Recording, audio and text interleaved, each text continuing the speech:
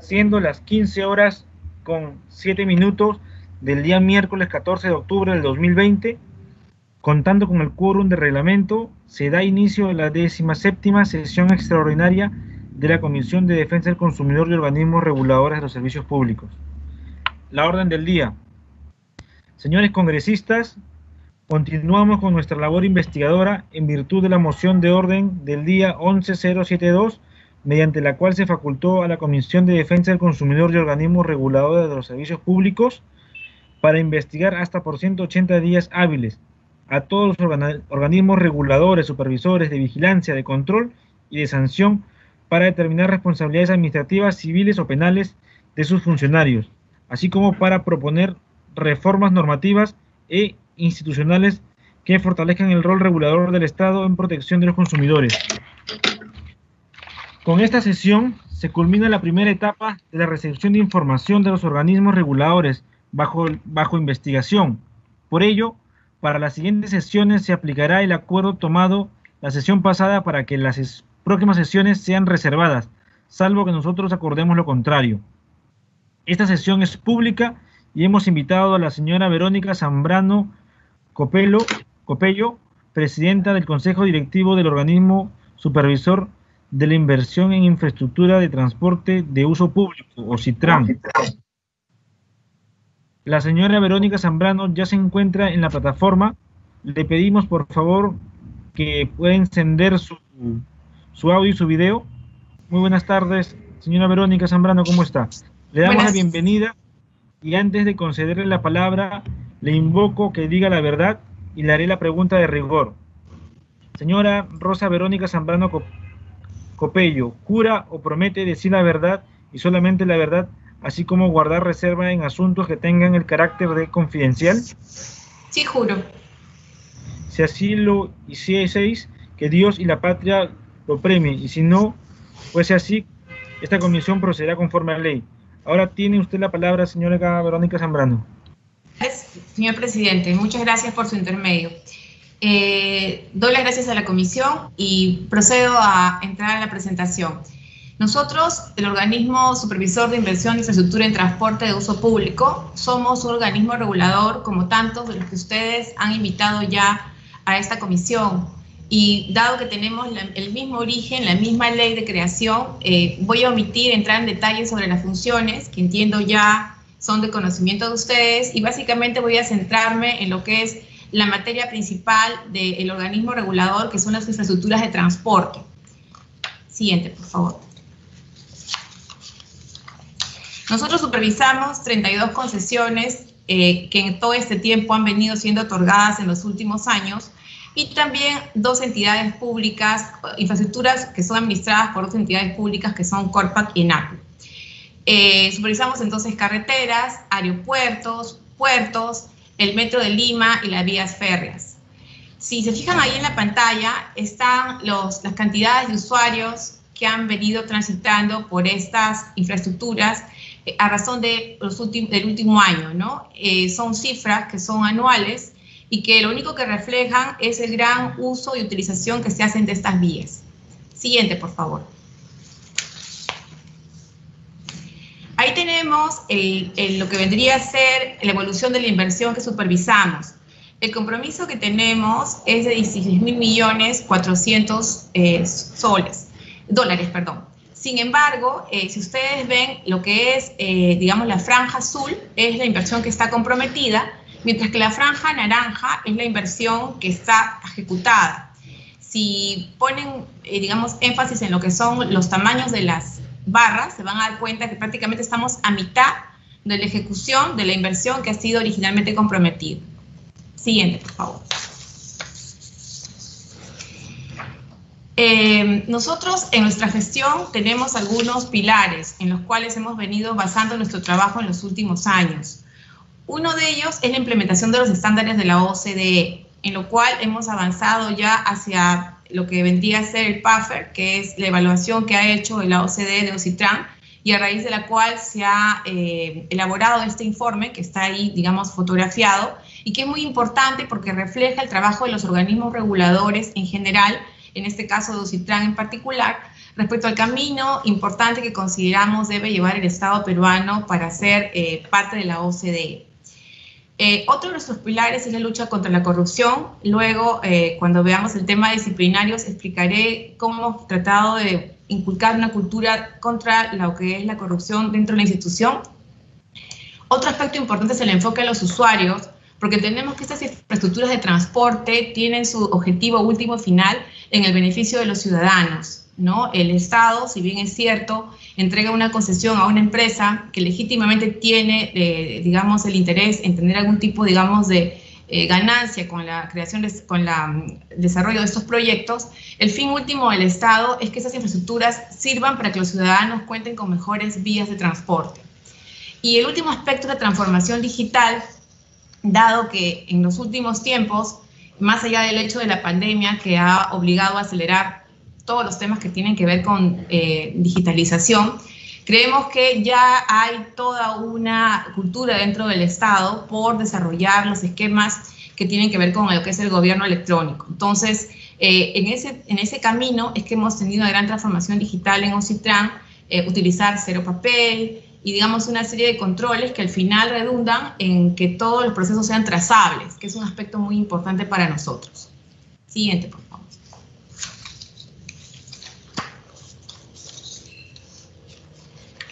En realidad, nosotros lo que queremos con esta diapositiva es un poco ubicar ya a OCITRAN no frente a sus funciones, sino frente a otros organismos, porque generalmente se confunde mucho el rol del regulador. En muchas ocasiones se nos reclama que por qué nosotros no modificamos los contratos, por ejemplo, ¿no? O que por qué hemos firmado tal o cual contrato. Entonces, aquí un poco esta diapositiva lo que busca es aclarar cuáles son las funciones de OCITRAN frente a otros entes, ¿no?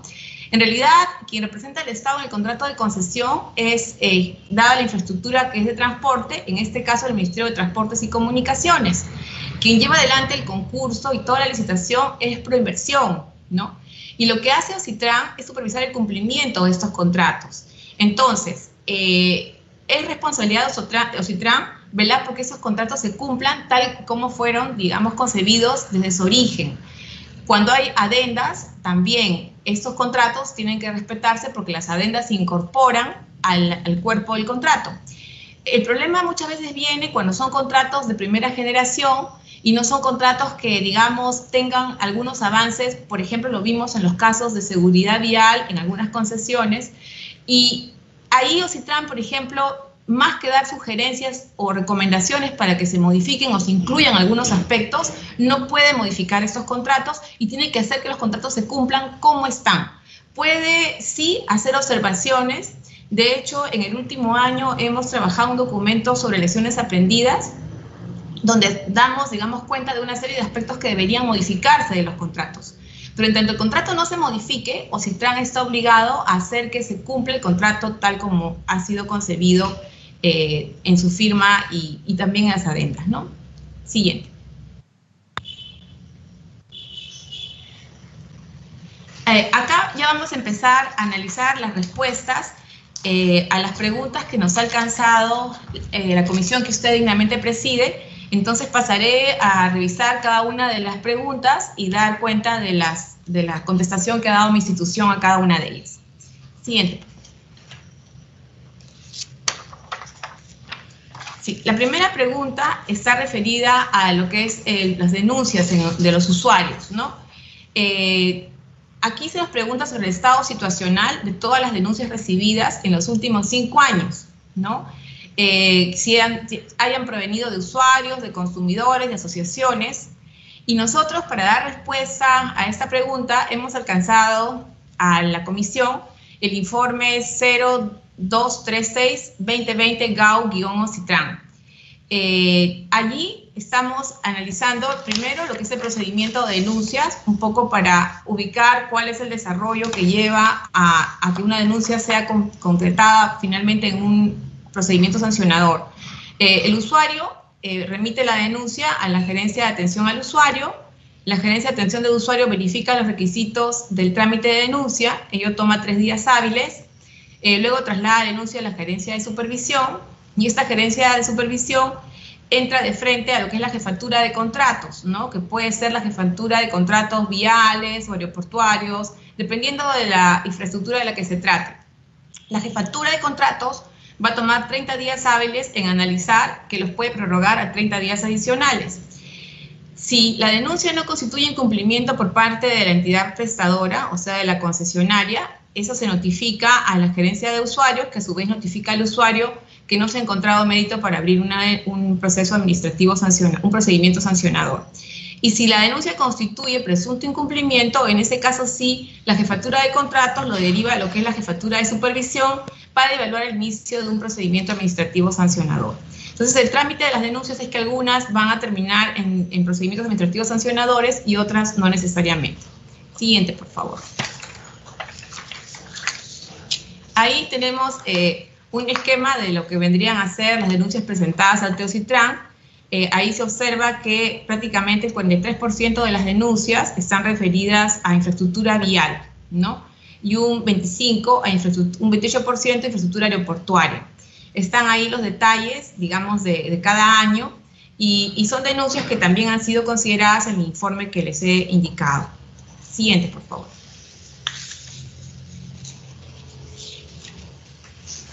La segunda pregunta está referida a lo que son los principales problemas de la gestión en OSITRAN. Se nos ha preguntado cuáles serían los principales problemas y qué propuestas podríamos dar. Respecto a esta segunda pregunta, siguiente por favor, nosotros hemos presentado ya un informe conjunto de nuestras áreas, que es el informe 127-2020 IC OSITRAN, y lo que hemos expresado ahí es que nuestro principal problema está referido a lo que es a la autonomía financiera. ¿Qué sucede? Según las normas de creación de los organismos reguladores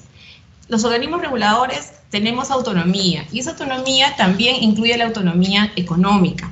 Eso debería permitir que nosotros organizásemos nuestro presupuesto según la administración o la gestión que consideramos sea la más oportuna de nuestros recursos, identificando nuestros fines. Pero lo que ha sucedido en los últimos tiempos, lamentablemente, es que nosotros no podemos, de alguna manera, utilizar todo ese ingreso que se llama aporte por regulación y que proviene de las empresas supervisadas. Este aporte por regulación en realidad nace de la ley de organismos reguladores y se establece que es el 1% de la facturación anual deducido el IGB y el impuesto de promoción municipal. Entonces, el 1% de la facturación anual de las empresas es lo que vendría a ser recursos directamente recaudados para el organismo regulador. Sin embargo, el principal problema es que existen normas presupuestarias que establecen lo que se denomina límites de gasto. Entonces, así nosotros, digamos, anualmente podamos recabar una cantidad determinada por lo que es el aporte de regulación, no estamos autorizados por las normas del MEF a gastarlo íntegramente en regulación o en supervisión, básicamente. Entonces, ahí empieza el problema de que tenemos que empezar a priorizar. Y priorizar no siempre es lo más idóneo o lo más correcto, porque en realidad todo este ingreso que nos llega de las empresas es un dinero que está destinado para que sea supervisado, para que las empresas sean supervisadas. Entonces, cuando nos ponen un límite o un tope, lo que nos obligan es empezar a priorizar. Y cuando se empieza a priorizar, se tienen que tomar algunas acciones y otras actividades se tienen que dejar de lado, ¿no? Siguiente, por favor. Ahí están establecidos los recursos financieros de OSITRAN en los últimos años, ¿no? Ahí están los presupuestos que hemos venido ejerciendo. En el 2017 fue una ejecución baja porque justamente es el año que hubo el cambio de presidencia y hubo un tiempo en que no hubo presidente titular, sino hubo un encargado. Entonces, eso probablemente hizo que en el 2017 la ejecución sea baja. Pero ya en el 2018 y en el 2019, ustedes ven que la ejecución es del 97 y 98.1%, que es una ejecución alta y que está basada en el presupuesto que nosotros habíamos consignado para los diferentes años. En el 2017, 92 millones, en el 2018, 84 millones, en el 2019, 93 millones, y en el 2020 habíamos consignado 94 millones, pero por razones de la pandemia estos montos que figuran ahí como RDR son una proyección que no se han llegado a concretar porque nuestros principales aportantes, que son las empresas de transporte, no han tenido ingresos, entonces ese 1% ha sido disminuido. Sin embargo, para los próximos años ya nos han asignado topes para el presupuesto y no van a ascender a más de 75.6 millones, lo cual es uno de los presupuestos más bajos de toda la historia del organismo regulador que se está proyectando para los próximos años, a pesar que las tareas se mantienen en algunas concesiones y en otras se han incrementado. Entonces, el criterio que maneja obviamente el Ministerio de Economía y Finanzas, nosotros no lo vamos a objetar porque entendemos que tiene que ver con lo que consideran ellos las normas de Tesoro, pero lo que sí vamos a objetar es que nosotros como organismo regulador tengamos que estar sujetos a la decisión de un funcionario del MEF que no conoce o que no está vinculado realmente a lo que son las obligaciones y responsabilidades del organismo regulador. Siguiente, por favor. Ahí están las demandas adicionales que en todos los años pasados hemos venido solicitando, porque en realidad estas demandas adicionales era porque se fijaban precisamente montos menores a los que nosotros requeríamos. Entonces siempre se pidió demanda adicional, pero esa demanda adicional no salía de Tesoro, sino salía de lo que vendrían a ser nuestros saldos de balance, que eran los montos que se iban acumulando todos los años, porque como justamente se nos fijaba un tope, entonces luego no podíamos gastar, no se podía gastar todo el dinero que ingresaba por aporte a regulación, iba quedando un saldo. Todos los años iba quedando un saldo, y luego esos saldos, ahí están señalados en la fila amarilla, esos saldos han pasado a Tesoro, ¿no? Se incorporaron o fueron transferidos al Ministerio de Economía, y entonces en realidad ahí desde 2017 hasta la fecha se transfirieron 95 millones. Pero si nosotros vemos toda la historia de Ocitran, desde el 2011 a 2019, se han incorporado 106.888.000. ¿Y por qué hago nota o pongo énfasis en esta cifra? Porque justamente en este año 2020 nosotros hemos tenido muchos problemas para recabar lo que vendría a ser esta recaudación, porque como les comentaba, se desprende el monto del porcentaje de facturación y todas las empresas de transporte han facturado muy poco, principalmente la industria aeroportuaria, que es una de las más grandes aportes que recibimos. Entonces, aquí lo que ha sucedido es que este año no hemos tenido montos importantes y no podíamos ejecutar nuestras funciones, y por eso es que hemos tenido que pedir una demanda adicional, que en este caso la demanda adicional tuvo que venir directamente de Tesoro porque no teníamos saldos de balance. Y la pregunta que nosotros nos hacemos es ¿por qué no teníamos saldos de balance? ¿No? Porque como en toda institución y como en todo sector, hay épocas buenas y épocas malas, ¿no? Entonces las épocas buenas muchas veces pueden servir para guardar, y en las épocas malas eso es un respaldo que podríamos tener. Pero aquí lo que se pudo ir, digamos, guardando en las épocas buenas, luego fue transferido, ¿no?, al Ministerio de Economía, y entonces en este momento, que vino la época mala y que muchas empresas nos pedían prórrogas o no dar el aporte por regulación, no podíamos aceptar porque no teníamos mayor respaldo. Entonces, sí creemos que esto tiene mucho que ver con el tema, con la forma como se dispone el presupuesto del organismo regulador.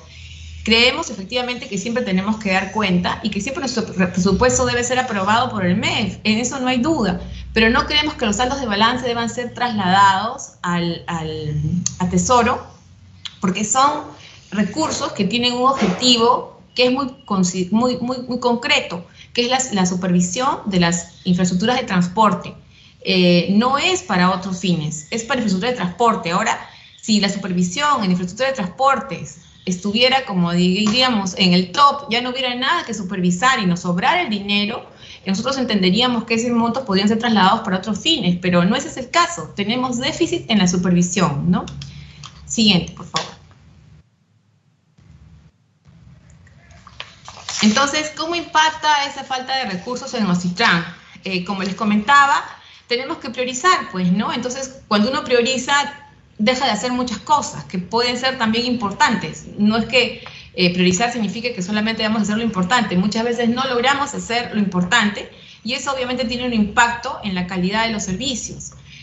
Por ejemplo, aquí hay algunos ejemplos que hemos ido mirando, ¿no? No es posible que nosotros podamos ampliar nuestra capacidad de supervisión de 7 días a 24 horas conforme al ritmo que operan algunas infraestructuras, ¿no? Por ejemplo, las infraestructuras de puertos operan 24 horas. Entonces, lo razonable sería que el supervisor pudiera estar ahí 24 horas. Pero eso no es posible porque no tenemos el dinero para pagar supervisores 24 horas. Entonces, lo que hacemos es tratar de encontrar los momentos de mayor demanda y ahí estar presentes, pero ya estamos ahí priorizando y dejando de lado momentos que podrían ser importantes en que el regulador estuviera presente, en el puerto, poniendo un ejemplo, ¿no? O otro problema son las limitaciones en actividades de capacitación para el personal. Aquí, para nosotros es muy importante no perder el paso con determinadas capacitaciones que el personal requiere para poder realizar su trabajo adecuadamente, ¿no?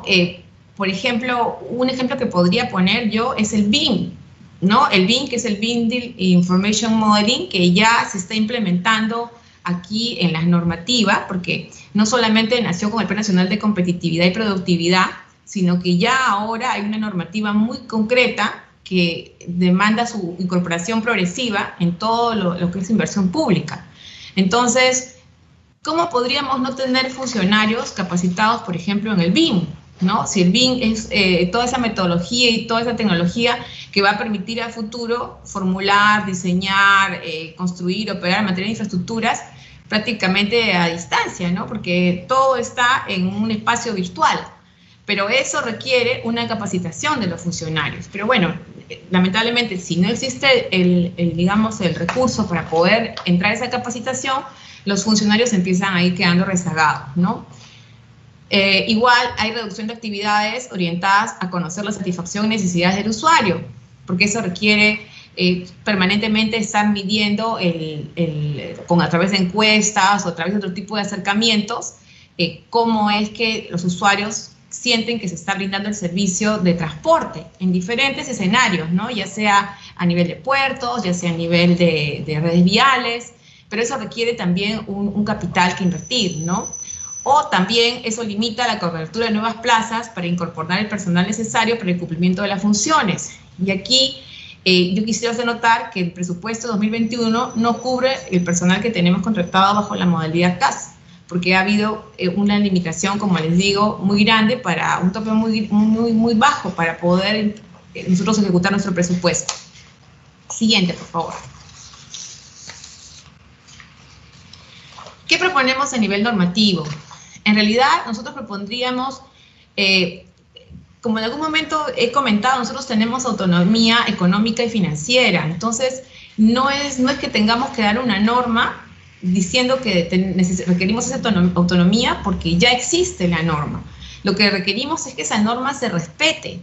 ¿Y se respete de qué manera? Se respete dando normas que no se contradigan con ese principio de autonomía que tenemos los organismos reguladores. Entonces, por ejemplo, en la Ley de Equilibrio Financiero, cuando se habla de los saldos de balance, todos los saldos de balance pasan a Tesoro, pero se exceptúan algunas instituciones como universidades o entidades que atienden emergencias sanitarias o fitosanitarias, y ahí nosotros consideramos también deberían incluirse los organismos reguladores.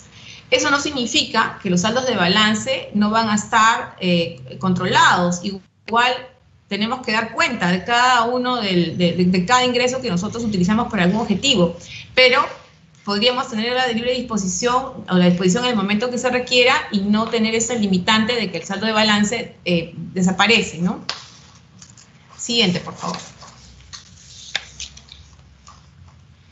¿Qué proponemos a nivel normativo? Adicionalmente a eso, proponemos contar con una habilitación legal para recibir transferencias de recursos provenientes de otros pliegos presupuestarios, ¿no? Entonces, en el caso de las instituciones que tienen RDR, no pueden percibir ese tipo, digamos, de ingreso, no tienen esa habilitación. Entonces, nosotros estaríamos proponiendo que se incorporen disposiciones complementarias y transitorias del decreto legislativo 1440, esa posibilidad de sí poder estar habilitadas para esas transferencias. Siguiente, por favor.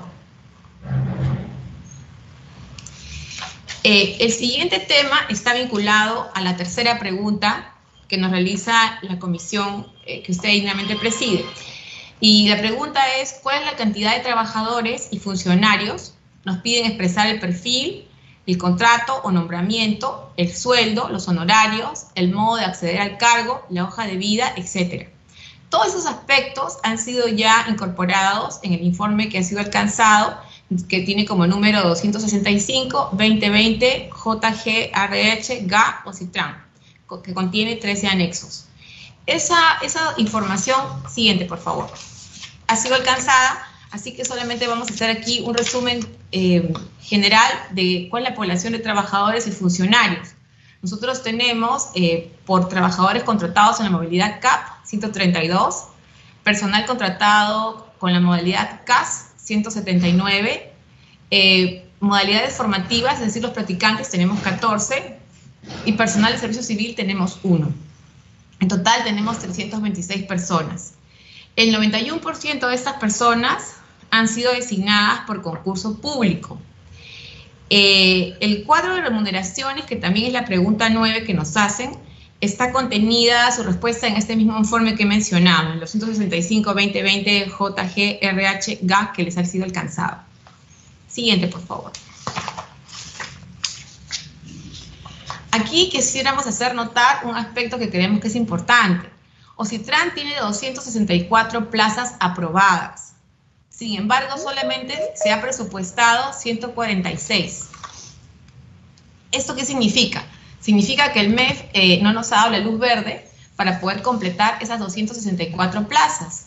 Entonces, ese déficit es el que de alguna manera venimos cubriendo con personal CAS, ¿no? ¿En qué estamos trabajando nosotros para poder lograr que esta situación se revierta? Estamos trabajando para ingresar a servir. El 27 de enero de este año recibimos la resolución de inicio de proceso de implementación del nuevo régimen de servicio civil y a la fecha estamos finalizando la etapa de dotación del personal y somos el primer organismo regulador en haber optado por esta resolución. Probablemente a muchos organismos reguladores en general no les resulte atractivo porque los montos o los ingresos que fija Servir suelen ser muy bajos, me refiero a las remuneraciones, ¿no?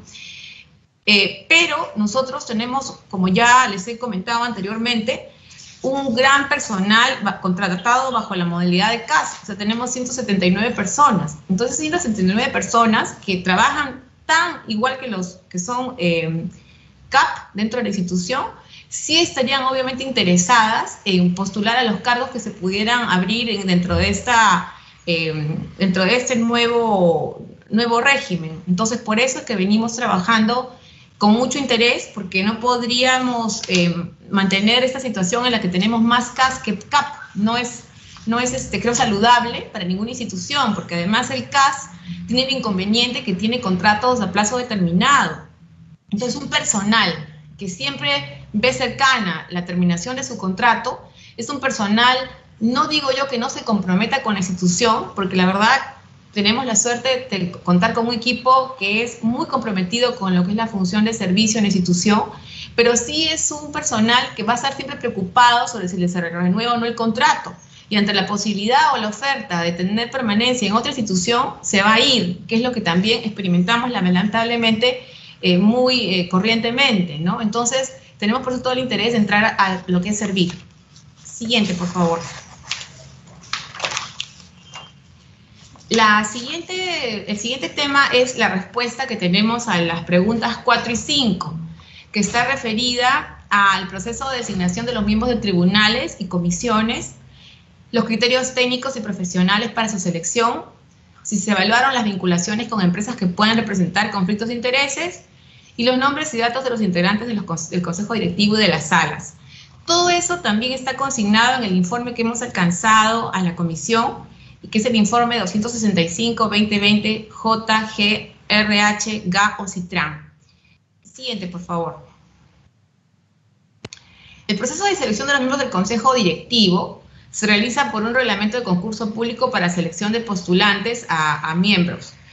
Este es un concurso que no se lleva a cabo en OCITRAN, sino que se lleva a cabo en PCM, ¿no? PCM establece 2 etapas de convocatoria: la postulación, la creación de postulantes aptos, y una vez que define los postulantes aptos, entra a lo que es la evaluación curricular.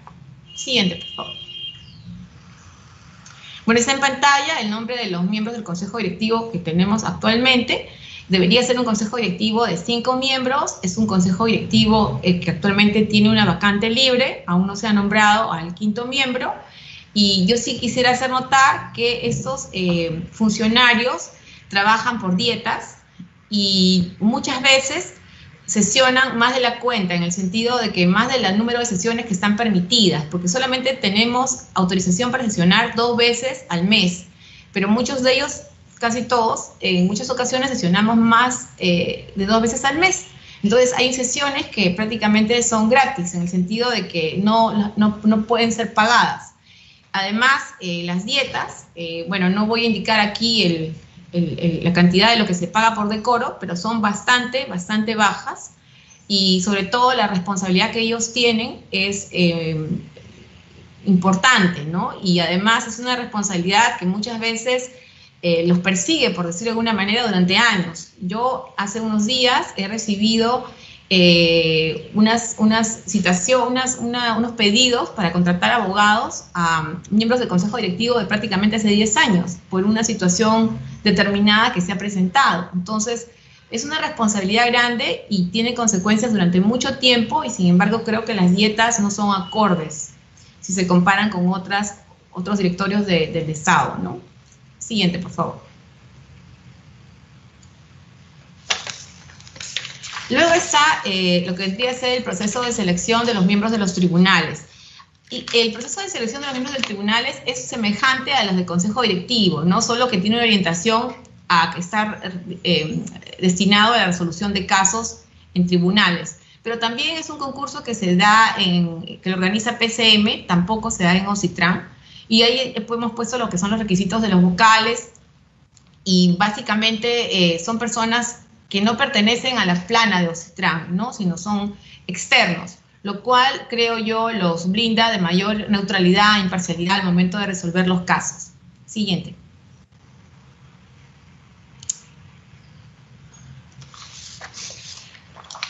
El Tribunal de Solución de Controversias de Atención de Reclamos prácticamente tiene este tipo de selección, ¿no? Se da primero la selección del vocal propuesto por la PCM, luego hay una conformación de una comisión de selección, se postula, hay evaluación curricular, finalmente se resuelve en segunda y última instancia administrativa, y bueno, el OCITRAN no cuenta con comisiones. Ese es un tema que sí queríamos hacer notar porque la pregunta nos lo han indicado, ¿no?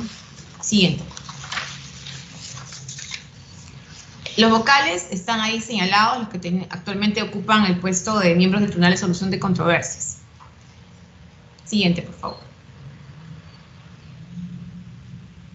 En el caso de cuerpos colegiados, sí tenemos un mayor número de personas, pero que han intervenido en diferentes momentos, porque son cuerpos colegiados que se conforman para un caso específico y luego cierran y termina su función.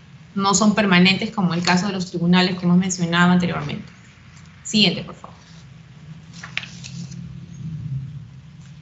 Las resoluciones del Tribunal de Controversias en los últimos 5 años son de un número de 1096, y básicamente estas resoluciones, tienen todo un procedimiento que ya está establecido dentro del mismo OCITRAN a través de un reglamento, y hemos alcanzado toda la información referida a estas resoluciones en la carpeta CCO 2006-2020. ¿Por qué? Porque aquí nos han solicitado toda la copia de cada una de las resoluciones emitidas por las salas en los últimos 5 años. Entonces hemos entrado a ese detalle, pero en los documentos que han sido alcanzados a la comisión. Siguiente, por favor. La séptima pregunta está referida al presupuesto anual de OCITRAN en los últimos 5 años. Nos han pedido que detallemos el presupuesto por ingresos y estableciendo cuáles son los ingresos por recursos directamente recaudados. Siguiente, por favor. Nosotros en el 2019 hemos alcanzado esta información a través del informe que también a través de la presidencia hemos alcanzado el día de hoy.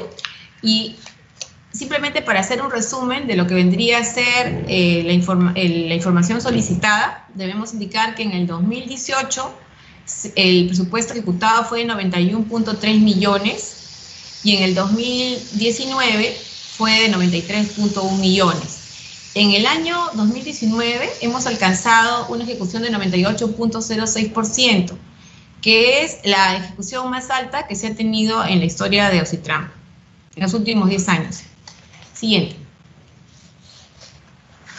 También hemos identificado lo que vendrían a ser los presupuestos, el presupuesto de gastos. Está claramente ahí en los cuadros que hemos identificado cada uno de los montos, pero además esta información también está alcanzada a detalle en la información que hemos presentado el día de hoy. Siguiente también. La siguiente es el presupuesto por ingresos, también de 2016 al 2020. Ahí está el detalle de la genérica y clasificador de ingresos de 2016 a 2020, conforme ha sido solicitado. Y también, como en los otros casos, todo el detalle está en la información alcanzada el día de hoy. Siguiente, por favor. En lo que es contratación de consultorías, esta vendría a ser la respuesta a la pregunta número 10, en las que nos solicitan relación de servicios de consultorías de personas naturales y jurídicas contratadas en los últimos 5 años, ¿no?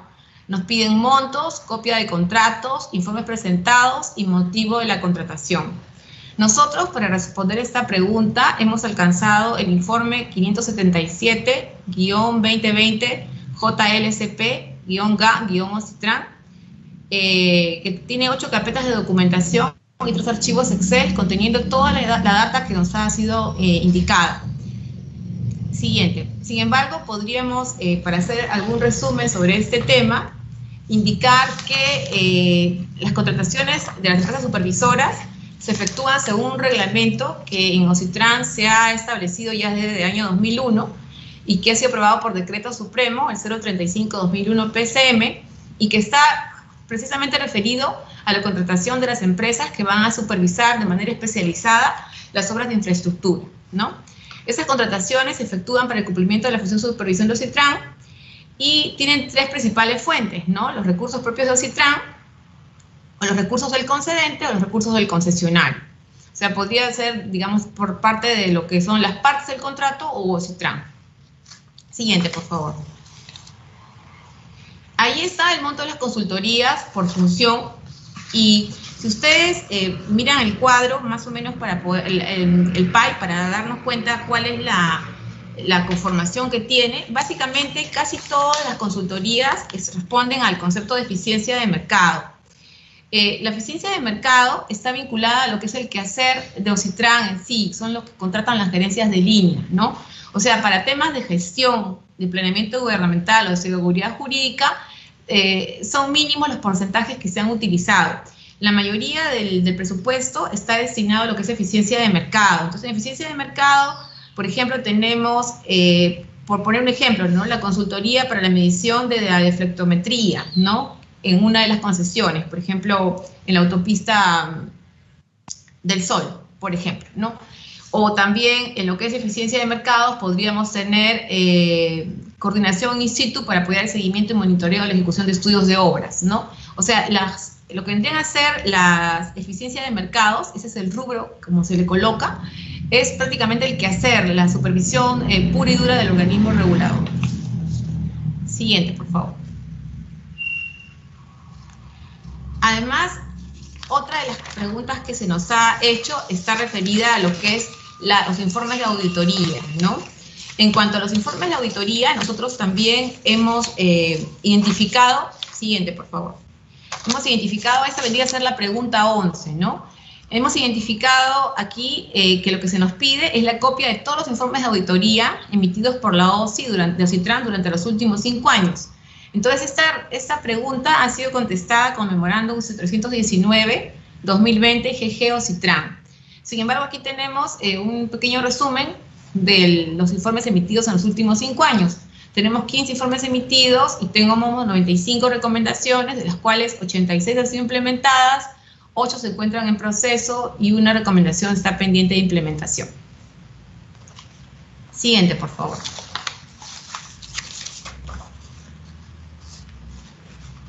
Luego tenemos los procedimientos administrativos disciplinarios, que vendría a ser la pregunta 12, ¿no? Aquí nos preguntan por la relación de procedimientos administrativos realizados por el personal de OCITRAN en los últimos 5 años.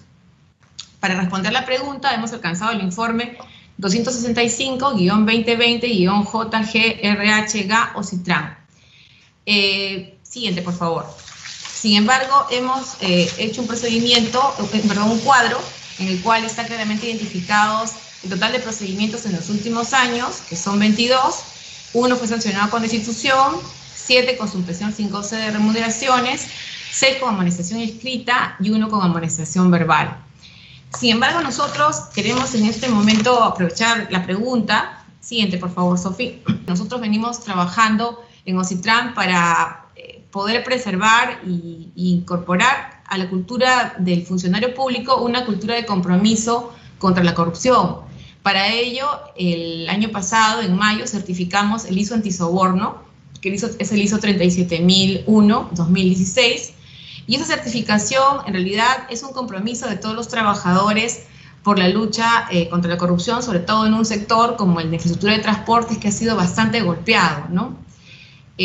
A veces se puede cuestionar si los procedimientos podrían de alguna manera cambiar el actuar de los funcionarios. Y bueno, en realidad la cultura es algo que se construye dentro de una organización, ¿no? Y creo que la ética en realidad no es personal, no es interpersonal, se va construyendo a través de valores que se ven ir practicando y generando ese carácter de compromiso, ¿no? Y eso es lo que venimos trabajando, y creo que la certificación y el compromiso de nuestros funcionarios con el ISO antisoborno es una muestra de ello. Siguiente, por favor. Asimismo, nosotros somos creyentes que los mecanismos de transparencia y rendición de cuentas son la mejor garantía para poder preservar una cultura anticorrupción, de compromiso contra la corrupción.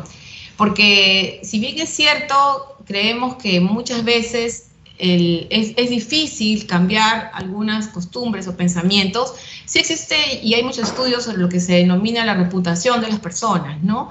Y muchas veces las personas o los funcionarios son justos, no necesariamente porque a veces ellos consideren que es el camino correcto el que tienen que seguir, son muchas veces por la reputación, por no verse, digamos, manchados o no verse involucrados en algún tipo de escándalo. Y la transparencia es un poco eso lo que hace, ¿no? Nos coloca en una especie de urna transparente en la cual todo lo que hacemos es público. Y entonces eso sí creemos es un incentivo para actuar mejor, ¿no? Esforzarse, saber lamentablemente que uno es visto o observado, da esa posibilidad de actuar correctamente, ¿no?